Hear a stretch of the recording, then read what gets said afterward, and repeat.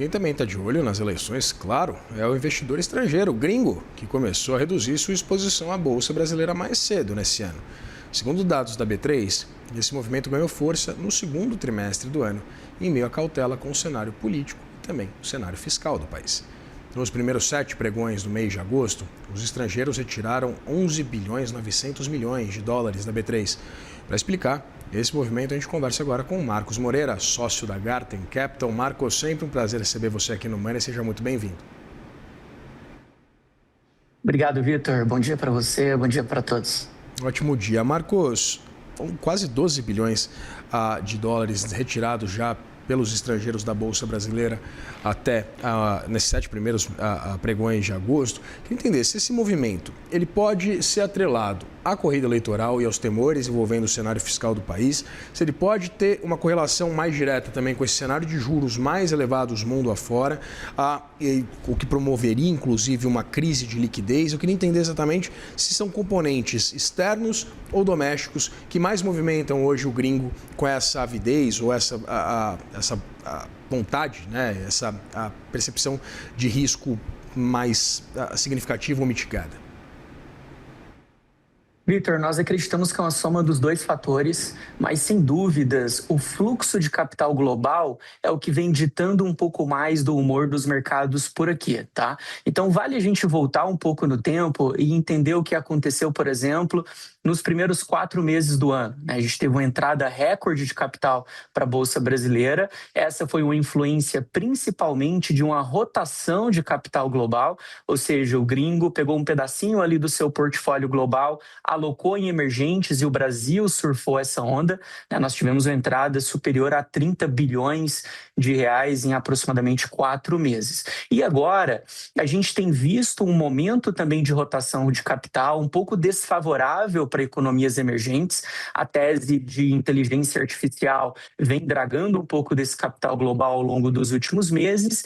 Mas nos parece, Victor, que o fator doméstico começou a acender uma luz para o investidor estrangeiro também, tá? Então, o trade eleitoral, à medida que vai se aproximando, tende a trazer mais volatilidade também para os mercados, tá? A gente está agora, muito provavelmente, chegando no final de um ciclo muito modesto, né, de afrouxamento monetário aqui no Brasil. A Selic saiu dos 15% para 14%, e ainda há algumas dúvidas da capacidade do Banco Central de continuar cortando juros. Nós tivemos, inclusive, na terça-feira, o destaque para um relatório do JP Morgan, que nesse mesmo dia nós tivemos uma saída de quase 5 bilhões da Bolsa Brasileira, que trouxe justamente esses destaques que, à medida que as eleições vão se aproximando, o nível de incertezas vai ganhando força. Então, isso acreditamos que contribuiu para esse marasmo, né, para esse pessimismo do investidor estrangeiro retirando o capital da Bolsa ao longo das últimas semanas, né? Agosto tem sido um mês bem diferente do que nós vimos no ano até aqui, tá? Então, esses, sem sombra de dúvidas, têm sido os principais fatores. No entanto, que quando nós projetamos, Vitor, o final de 2026, a gente acredita que esse nível de incertezas e esse potencial de saída gradual do investidor estrangeiro deve continuar ganhando força, tá, ao longo dos próximos meses. E, como eu disse, à medida que o trade eleitoral, inevitavelmente, ele começa também a fazer preço no mercado. No primeiro semestre ainda não tinha feito, mas agora a gente já identifica um pouco desse efeito nos preços dos ativos brasileiros, tá? Marcos, vale a gente lembrar para a nossa audiência que dentro de toda a B3, né, de todos os ativos listados na B3, o investidor estrangeiro representa cerca de 60% desses aportes, desse tamanho, né, desse capital. E aí eu queria entender o seguinte: o JP Morgan rebaixou a recomendação das ações brasileiras, né, de overweight para neutro, isso em agosto, citando a desaceleração do crescimento, fim de ciclo de afrouxamento de juros, ou a perspectiva do fim do afrouxamento também da política monetária aqui, e também reduziu a meta para o Ibovespa ao fim desse ano de 190 para 185 mil pontos. E eu queria entender exatamente o quanto o investidor estrangeiro ele é sensível também a essas análises, principalmente dessas agências de rating e, evidentemente, sobre essa leitura de um risco mais elevado, agora também compondo, né, com a corrida eleitoral nessa balança de riscos.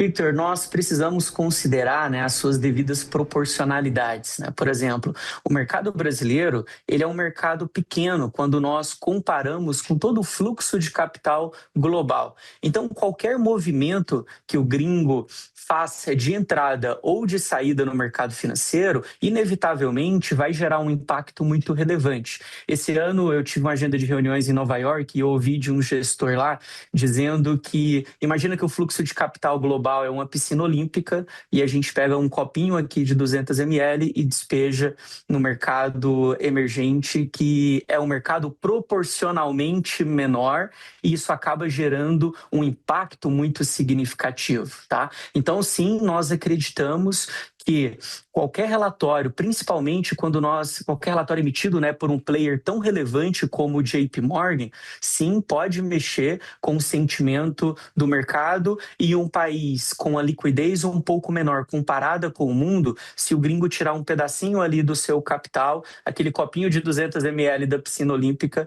pode sim gerar um impacto muito relevante. Se a gente olha, por exemplo, o nível de liquidez do mercado financeiro, a gente está falando dos últimos dias de volumes na casa de 15, 17, 18 bilhões. Né? Quando a gente converte isso para dólares, nos mostra que é uma proporção ainda pequena, principalmente diante de um contexto onde nós não vimos o investidor institucional voltando em peso. Né? Quando nós analisamos, por exemplo, o volume de ativos sob gestão dos investidores institucionais aqui no Brasil, dos fundos de investimentos, e calculamos o percentual desse volume que está alocado em ações, hoje nós estamos em um dos menores níveis desde 2018. Algo na casa de 6% de todo o volume hoje no Brasil é alocado em ações. Então, ainda sem sombra de dúvidas, há espaço para uma retomada desse investidor institucional, do investidor pessoa física, que pode equilibrar um pouco, né? Por mais que seja uma balança desproporcional, né? O gringo representa, como você disse, 60% da bolsa. Porém, ainda nós vemos um espaço para trazer um equilíbrio e deixar, por exemplo, o índice não acessar um ambiente tão pessimista, né? Ou acessar, por exemplo, um bear market, que seria um cenário onde a gente vê uma queda superior a 20%, 25% ou 30% do índice, tá? É claro que quando nós consideramos também que os juros não devem cair como o mercado esperava alguns meses atrás, invariavelmente você vai freando a capacidade desse fluxo doméstico de tentar minimizar a saída do estrangeiro da Bolsa. Tá? Então, em resumo, Victor, nós esperamos mais volatilidade, mais incerteza ao longo dos próximos 2 meses, porque o investidor ele busca previsibilidade. Em um cenário onde não há previsibilidade, onde há incertezas, os mercados de risco, os ativos mais voláteis tendem a sofrer. Uma outra análise, Victor, que nós fazemos, que é muito pertinente nesse momento, é decompor os principais setores da Bolsa e entender de onde que está saindo mais esse fluxo. Né? Então, por exemplo, commodities vem segurando um pouco mais o fluxo estrangeiro ao longo dos últimos meses, mas o setor de companhias mais cíclicas, mais sensíveis, por exemplo, a teses de juros vem sofrendo bastante, não só agora, mas já vem mostrando esse comportamento desde o início de 2026. Marcos, a gente teve a publicação dos planos de governo dos 2 candidatos mais bem posicionados nas pesquisas, né? O presidente Lula e o senador Flávio Bolsonaro, que mostram divergências evidentes entre eles, com a perspectiva de manutenção do novo arcabouço fiscal em caso de vitória de Lula, uma revisão da regra fiscal para uma relação de dívida-PIB caso Flávio Bolsonaro seja eleito. Conhecemos os representantes também. Dario Durigan deve permanecer no Ministério da Fazenda, pelo menos esse é o desejo de Fernando Haddad, que ele deve ser mantido como ministro da Fazenda, e a Daniela Marques tem respondido pelo plano econômico do senador Flávio Bolsonaro. Eu queria entender, todo mundo ali já é experimentado, todos já conhecem, não seria surpresa para ninguém nenhum desses personagens. Já tivemos um governo Bolsonaro, vivemos um governo Lula. Eu queria entender se isso também tem uma correlação com essa demora que a gente acompanhou ao longo dos últimos meses para que a eleição entrasse na pauta do mercado. O mercado não precificou de forma tão ostensiva como a gente acompanhou em 2022, por exemplo, quando cada notícia que saía era precificada pelo mercado em torno de uma agenda econômica do presidente Lula, um possível e eventual ministro da Fazenda ou algum tipo de movimento na campanha campanha de Jair Bolsonaro na ocasião? Victor, nós acreditamos que as eleições de 2026 serão diferentes de todas as outras, porque a gente parte de uma base muito negativa para o nosso país, né? Visto que a grande preocupação está, por exemplo, com o fiscal para 2027 e 28. De fato, os dois principais nomes e que vêm liderando já há alguns meses, né, as pesquisas, e muito provavelmente deve ser os dois nomes a disputar no segundo turno, são nomes conhecidos. O governo atual, a gente já viu uma foto do que aconteceu ao longo dos últimos 3, 4 anos, então dá para a gente ter uma projeção dos próximos. O grande detalhe é que 2027 e 2028 vai ser necessário tomar algumas decisões no qual não foi tomado nos últimos anos. Vai ser um remédio amargo que a gente vai ter que tomar de uma forma ou de outra. Então, assim, a gente tem visto os investidores acompanhando mais de perto para entender o plano que ele tenha um caráter mais estrutural e que, de fato, possa impactar o real problema, o real fantasma da economia brasileira, que, sem sombra de dúvidas, é o alto nível de endividamento. A gente vê planos como forma de tentar resolver esse problema pela ótica de arrecadação. Não nos parece esse o melhor caminho, né, quando nós analisamos todo o contexto fiscal hoje do Brasil. A pauta da equipe econômica do Flávio vem adotando um pouco mais uma postura com relação a corte de gastos, mas não vai ser uma missão fácil e óbvia para 2027, visto que praticamente a totalidade do orçamento vai ser destinada para despesas não discricionárias, ou seja, as despesas aonde nós teríamos margens para cortes, não temos mais espaço na mesa. Então, de fato, talvez as medidas que serão adotadas ao longo dos próximos anos serão medidas que o mercado ainda não sabe.